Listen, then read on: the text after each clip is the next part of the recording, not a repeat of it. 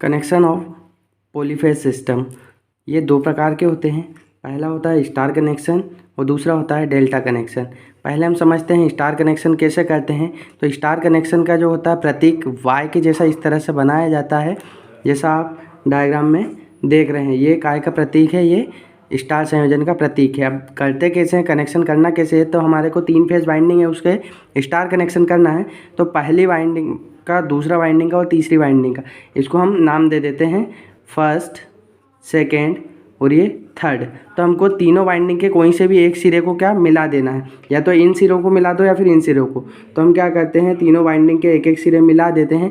तो जो हमारे पास बीच वाला पॉइंट बन रहा है, इसी को हम क्या बोलते हैं, न्यूट्रल पॉइंट बोलते हैं। इसी को क्या बोलते हैं, न्यूट्रल पॉइंट। जो हमारे घरों में सप्लाई आती है वो न्यूट्रल पॉइंट यही होता है, ठीक है।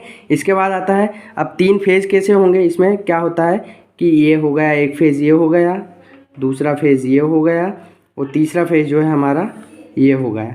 तो हमारा जो फेज सीक्वेंस होता है RYB इस तरह से बनाया जाता है कनेक्शन करके, RYB। और ये जो बीच वाला टर्मिनल होगा इसको हम क्या बोलते हैं, न्यूट्रल बिंदु, ठीक है। इसके बाद इसमें 3 टर्म होती हैं मेन जो होती हैं स्टार कनेक्शन में।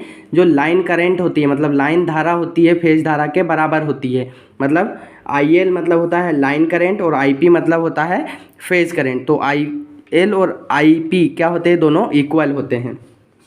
दूसरा होता है लाइन वोल्टेज। तो लाइन वोल्टेज जो होता है स्टार कनेक्शन में √3 इंटू फेज वोल्टेज के इक्वल होता है। और जो पावर होती है वो 3 मल्टीप्लाई बाय सिंगल फेज की पावर, मतलब एक फेज की जो पावर होगी वो क्या होगी, 3 फेज की पावर होगी, ठीक है।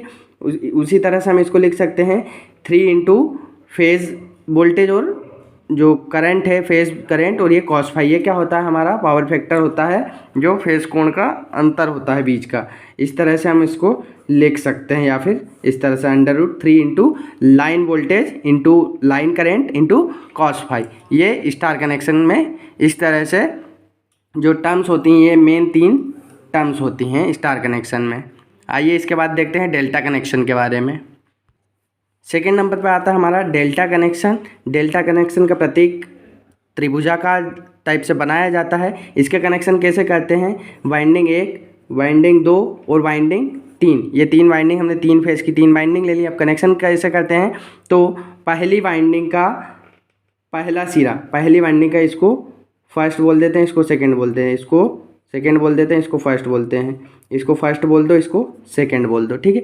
तो पहली वाइंडिंग का पहला सिरा दूसरी वाइंडिंग के दूसरे सिरे से कनेक्ट करना है और हमारे को एक वायर निकाल लेना है। उसी तरह से दूसरी वाइंडिंग का पहला सिरा पहली वाइंडिंग के दूसरे सिरे से करके एक वायर निकाल लेना है।